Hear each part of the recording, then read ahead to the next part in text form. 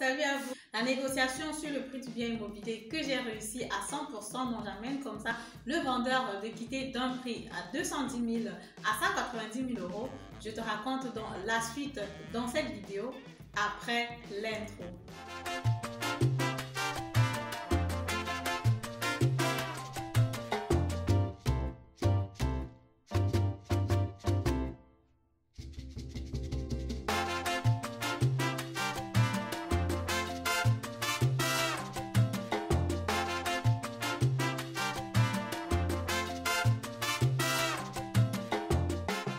Si tu as donc raté la première partie de la vidéo, je t'invite déjà à aller la regarder. Je te la mets en bas de description, tout simplement pour que tu puisses comprendre comme ça le fil de l'histoire.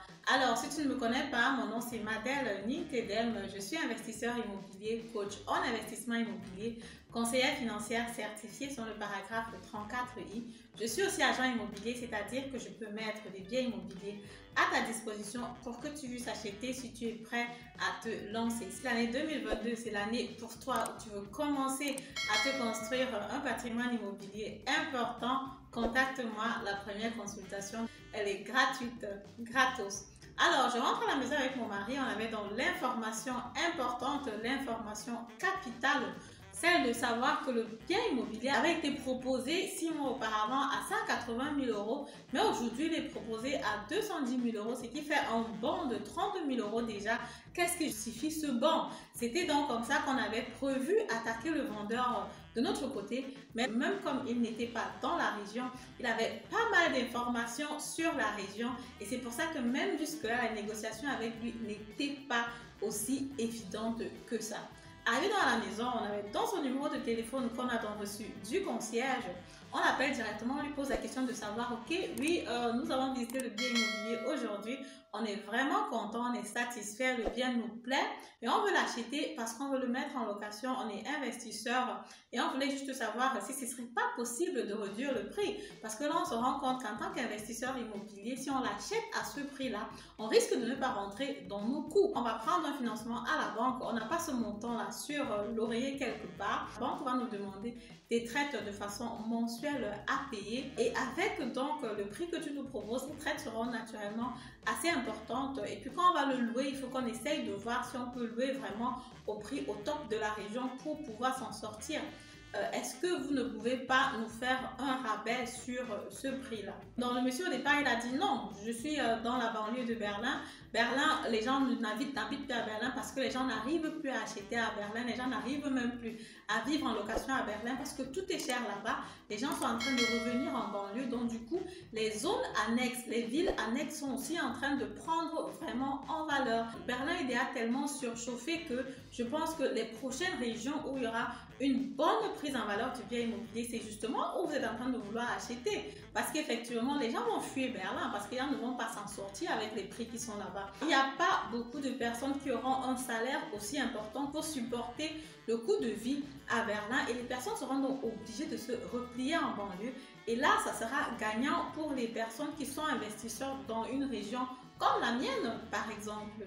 Du coup, on a sorti le joker, on a lâché l'information capitale qu'on avait, dit ok, on se rend compte, oui, de ça, mais seulement l'augmentation du prix ici est quand même assez flagrante parce que là, on avait quand même vu votre annonce sur un bien immobilier qui a les mêmes caractéristiques que ce qu'on veut acheter actuellement à 180 000 euros, mais comment ça se fait qu'aujourd'hui, vous êtes à 210 000 euros? C'est là où le monsieur, voilà, il s'est calmé, il a dit, ok, si vous avez déjà vu cette annonce par le passé, je peux donc, voilà, vous concéder quand même un petit rabais pour cet appartement-là, mais je ne vais pas aller jusqu'à 180 000 euros, je vais aller tout simplement jusqu'à 200 000 euros. Et c'est mon dernier mot par rapport à cet achat-là. Il a dit non, que 200 000 c'était quand même encore assez élevé. Nous on avait par exemple pensé à 180 000 comme c'était la dernière fois sur son site internet. Il nous dit non, ce n'est pas possible parce que lui il sait que les prix ont pris en valeur jusqu'à ce moment et que si on ne veut pas acheter, il y a d'autres personnes qui sont aussi intéressées. C'est à nous de voir. Il préfère donc arrêter la conversation et qu'on discute encore le lendemain. Le lendemain donc quand on a recontacté le vendeur, on a commencé beaucoup plus avec les small talk. On a commencé beaucoup plus à parler de, voilà, de notre background, comment on est arrivé en Europe, de nos difficultés éventuellement et comment on a vécu jusqu'à présent. Du fait qu'on soit investisseur, parce que lui aussi on connaissait déjà un peu son histoire, on sait qu'il est investisseur qu'il a acheté déjà cet immeuble-là avec ses amis.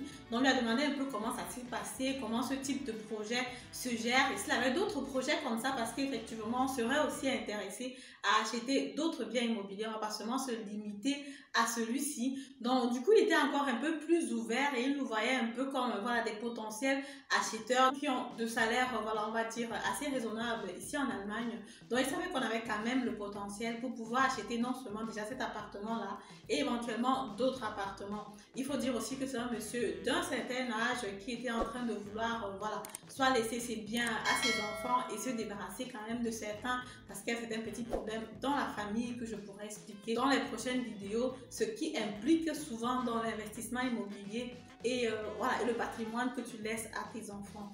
Donc à travers cette sympathie, à travers ce small talk, finalement, quand on a fini, on est revenu encore sur le sujet de base pour lequel on était là, que ce qu'on pouvait faire, c'est d'aller encore éventuellement jusqu'à 185 000. Et puis mon mari lui a dit, parce que 185 000, c'est vraiment à prendre ou à laisser, c'est notre dernier mot. Et il a ajouté, c'est même parce que ma femme, elle est très intéressée par ce bien que je vais jusqu'à ce niveau-là. Le monsieur lui, il a dit, bon, moi, quand je vous ai déjà fait un assez bon rabais, quand je suis à 200 000, donc ce que je peux faire là maintenant, c'est d'aller à 195 000. Et puis, c'est tout. Dans ce moment-là, moi, j'ai dit, ok, bon, on va partir de long à large, 190 000, on prend, c'est notre dernier prix. Si vous êtes d'accord, envoyez-nous les documents et on part comme ça à la banque. En 2 semaines, on a le financement sur la table et vous pouvez comme ça avoir votre argent au plus tard dans 1 mois. On est chez le notaire et dans 2 mois, vous avez votre argent. Si vous êtes d'accord, 190 000, c'est bon. Et quand je dis 190 000, mon mari qui dit, pourquoi 190 000? 190 000, c'est énorme. On devait s'arrêter à 185 000. Et le monsieur qui écoute de l'autre côté, il dit, ok, vu que la dame, elle veut vraiment le bien et tout, normalement, je ne voulais pas descendre encore jusqu'à 190 000. Mais vu qu'elle est vraiment intéressée, je vous laisse donc le bien à 190 000 et c'est mon dernier prix. J'espère que vous êtes d'accord, monsieur. Est-ce que vous êtes d'accord avec votre dame? Et du coup, mon mari a dit, ok, ce que femme veut, Dieu veut, comme on dit souvent. Elle a dit 190 000. On va aller pour 190 000. Envoyez-nous donc les documents pour pouvoir faire le financement. C'est donc comme ça qu'ils nous envoient les documents. On reçoit les documents. On fait le financement à la banque parce on savait déjà qu'on avait une bonne crédibilité, que ça devait aller assez vite.